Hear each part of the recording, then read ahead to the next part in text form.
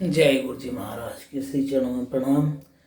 गुरुदेव महाराज मंदिर पहले होकर आए हम और अब करेंगे पाठ, क्योंकि शनिवार का दिन था इसलिए हम पहले वहाँ चले गए। बहुत ज़्यादा भीड़ लग जाती है। तो अब एक वक्त तो ऐसा होता है जो वो बस यही सोचता है भगवान तो सिखा दे, एकाधिकार वहीं बैठ जाना चाहता है।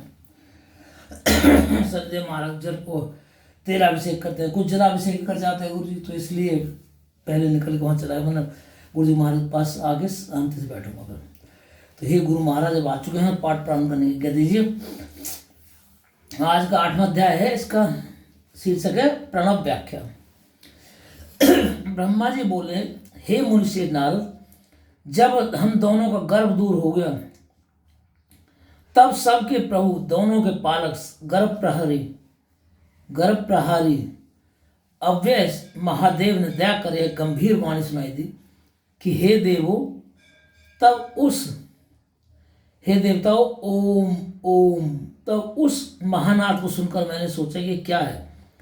इसी समय देवों के देव के आराध्य भगवान विष्णु ने उस लिंग के दक्षिण भाग में सनातन आद्य वर्ण आकार को और उसके उत्तर भाग में उकार को देखा।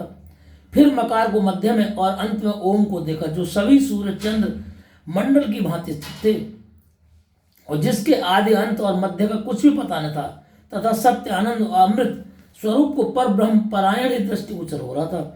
परंतु यह कहाँ से प्रकट हुआ है, इस अग्नि सदृश्य की हम परीक्षा करें और इसके नीचे की ओर जाकर देखें।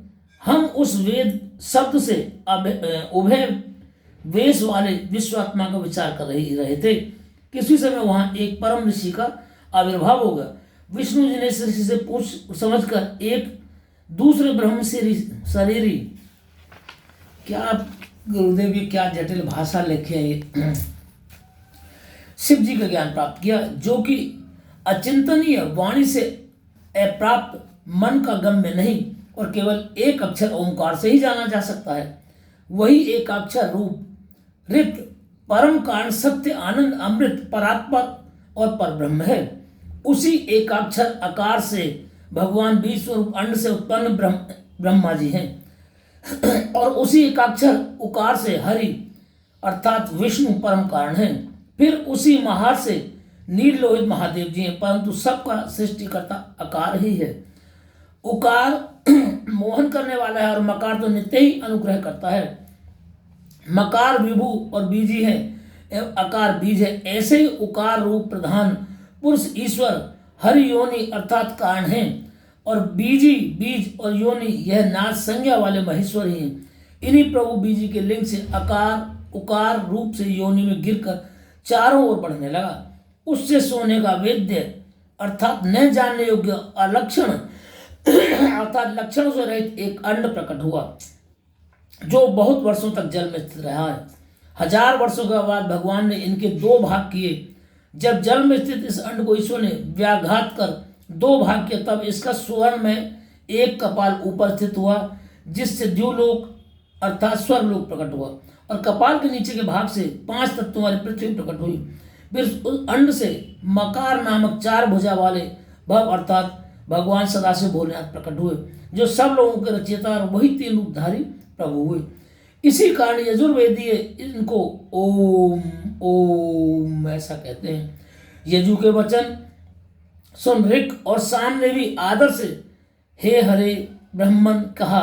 तब इस प्रकार इन देवेश को यथा योग्य जानकर सब ने उत्पन्न मंत्रों से इन महोदय महेश्वर महादेव की स्तुति करना प्रारंभ किया और उसी समय से विश्व के पालक भगवान विष्णु मेरे साथ ही उस एक सुंदर रूप को देखने लगे, जिसके 5 मुख 10 भुजा कपूर के समान गौरवर्ण परम कांतिमान अनेक भूषण से भूषित महान उदार महावीरवान और महापुरुषों के लक्षण से थे और जिन्हें देखकर श्री हरि कृतार्थ हो गए।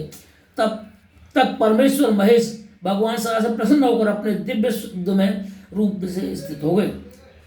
उन अगुण गुणात्मा का शब्दमय रूप देखकर ब्रह्मदेव बहुत प्रसन्न हुए। फिर दोनों ने उन्हें नमन किया। तदंतर उन्हीं से सुंदर 38 अक्षरों वाला यह मंत्र प्रकट हुआ, जो बुद्धिदायक और धर्म अर्थ का साधन है। उसे गायत्री कहते हैं। यह गायत्री चारों कालों में उत्तम और प्रशंसित ओम नमः शिवाय 8 कलाओं से युक्त है, जिससे अभिचार अर्थात मारण आदि कर्म होते हैं और जिसकी उत्पत्ति श्वेत और शांतिदायक तथा संहार का भी कारण है। सब में अक्षरों की भिन्न भिन्न न्यूनाधिक क्रम संख्या होती है। इस श्रेष्ठ मंत्र से के कुल 61 वर्ण हैं। फिर मृत्युंजय मंत्र है, जिसमें ओम जूम से अथवा त्र्यंबकम यजामहे इत्यादि कहा जाता है। इसके साथ ही पंचाक्षर मंत्र है, जिसमें केवल नमः शिवाय मंत्र और क्षम्यो चिंतामणि मंत्र और दक्षिण मूर्ति मंत्र उत्पन्न हुआ। पश्चात शिव का महावाक्य तत्वमसि नामक मंत्र हुआ और इन 5 मंत्रों को विष्णु ने ग्रहण कर जाप प्रारंभ कर दिया।